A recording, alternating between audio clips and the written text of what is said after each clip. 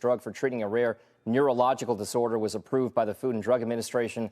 Earlier this week, we took a closer look at the challenges in treating rare diseases. So take a listen to Dr. Ola Bodemer of Boston Children's Hospital. This is still a long way to go. I think in my own experience, it's a mixed experience. Some patients come to attention very early due to the significance of the symptoms. Sometimes it takes still, in some cases, years until a diagnosis is finally made. Okay, so let's bring in now Warren Huff, the CEO of RETA Pharmaceuticals. We've also got Meg Terrell on set with us, our pharma reporter, joining us here, expert on all things drugs and biotech. Warren, Meg, thank you both for being here.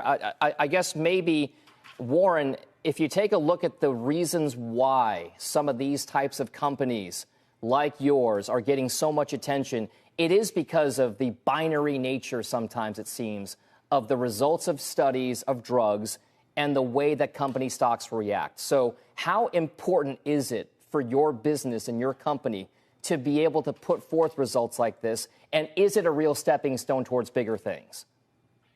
Oh, it's absolutely everything. The quality of your clinical data, how interpretable it is, all of that is what leads to either the approval, or a failure to get approved. And it drives everything. We've worked on this platform for 15 years, and we worked specifically in Friedreich's ataxia for over 9 years now. And it all comes down to a single day event on your approval. And Warren, it's Meg Terrell. Your stock went down 30% the day before the approval. There was some nervousness around it. You've got the analyst notes coming out. Brian Scorney at Baird said, quote, "We've followed some pretty dramatic stories in the past, but the RETA Odyssey is in the Hall of Fame." 30% drop, almost 200% rise on the approval. The comparison I'm seeing most of all to you now starting to market this is to Sarepta's Duchenne muscular dystrophy drug. And there, I wonder if you agree that's a fair comparison, but they did face some pushback from payers over the high price of that drug. And yours will be $370,000 a year before discounts. Are you expecting payer pushback? Actually, not really. We were very careful about the pricing here. We looked at every ultra-rare disease analog launched since 2016.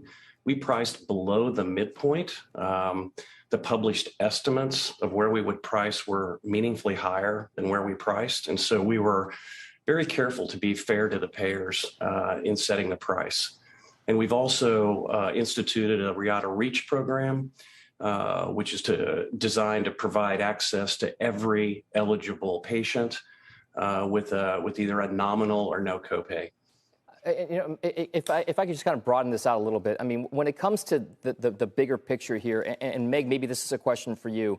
When it comes to like the rare disease type thing, orphan drugs, the ones they cost a lot because they have to make back the research and development costs over a smaller base of patients, potentially speaking. This has always been a controversial topic, but is there any way to really get beyond the economics that we see here? I mean, it costs a lot of money, right, to treat these diseases. Yeah, absolutely. And I'm sure Warren could speak to how long they've been working on this and how much money they had to invest in order to get to this point. And still, there's a road ahead toward profitability and the real payoff here. The interesting thing about the orphan drug market is that, as Warren was saying, you often don't see as much pushback from the insurers because there are so few patients being covered. And so you do have those high drug price tags, but they do get coverage. But since there has been that comparison to Sarepta, I was curious to know your answer on that, Warren. I'm also curious to know, we heard from that doctor in the intro talking about the importance of getting diagnosed early, and you have approval for 16 and up. But what is the pathway to getting approval for kids? Because treating earlier in life would presumably be very important here, right? Yes, absolutely. Well, to go to the first part of your question about the Sarepta's drug for Duchenne's, of course, they're comparable because these are both, terrible neuromuscular diseases, with devastating outcomes for the patients. And at the time of their launch, they had no approved therapy. So I think we fall in that category of basically the first, approved drug for a devastating disease. And we're thrilled about what it means for the patients.